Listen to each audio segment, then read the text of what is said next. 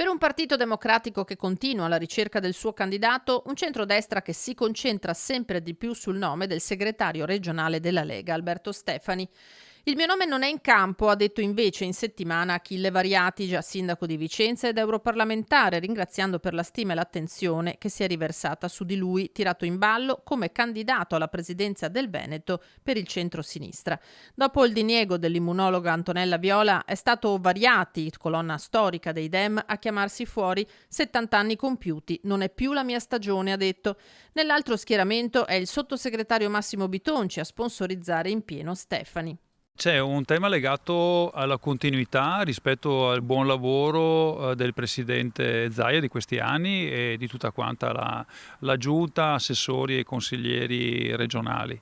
C'è un tema molto importante che continuiamo a ripetere, che il centrodestra deve rimanere assolutamente unito a livello nazionale e soprattutto a livello veneto. Non mi risulta che ci siano per ora dei tavoli aperti.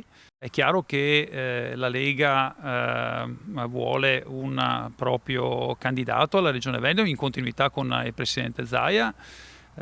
Si è fatto il nome di Alberto Stefani, del nostro segretario, una persona che ha assolutamente le carte in regola per fare il Presidente della Regione Veneto.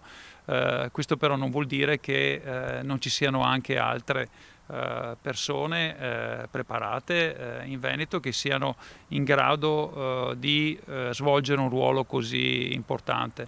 Il sottosegretario leghista non abbandona neppure l'ipotesi che si riapra il dibattito sul terzo mandato ai governatori e anzi lascia pensare che qualcosa di nuovo possa accadere. Quando c'è l'elezione diretta della persona, la limitazione dei mandati non dovrebbe esserci, perché alla fine sono i cittadini quelli che decidano.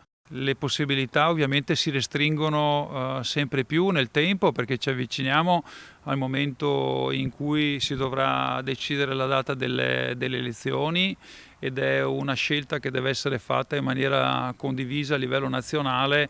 Vediamo se ci sarà un'apertura nelle prossime settimane anche su questo fronte.